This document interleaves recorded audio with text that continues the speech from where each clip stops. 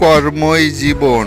আমার দিদি পরিশ্রম করছে, ইটের ভাটায় কাজ করছে। আমার দিদি মাটি কেটে এখন ইট তৈরি করবে।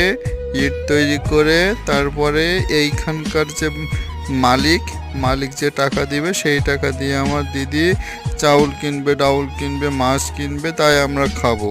দিদি খুব পরিশ্রম করছে, সারা দিন এভাবেই পরিশ্রম করে যায় দুটো টাকা পয়সার জন্য। কি আর করার বন্ধুরা, তোমরা যদি সবাই আমার দিদিকে ভালোবাসো তাহলে একটু লাইক, কমেন্ট আর সাবস্ক্রাইব করে বেশি বেশি শেয়ার করে সাথে থাকবা। আমার দিদি এখন ইট বানাচ্ছে, সারাদিন ইট বানিয়ে সন্ধ্যার সময় যে টাকা পাবে সেই টাকা দিয়েই আমাদের সংসারের খরচ চলবে।